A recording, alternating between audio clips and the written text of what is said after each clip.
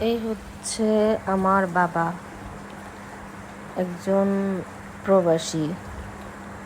সারা জীবন অনেক কষ্ট করেছে,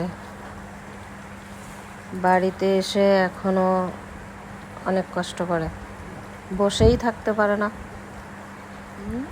সারাদিন সে কিছু না কিছু করে। এখন সে মাছকে খাবার খাওয়াচ্ছে।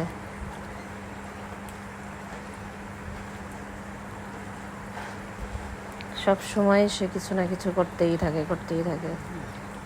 বসে থাকতেই পারে না।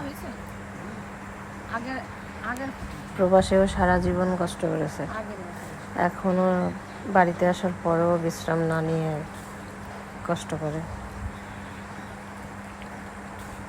দোয়া করি আল্লাহ ওনার হায়াত দরাজ করুক।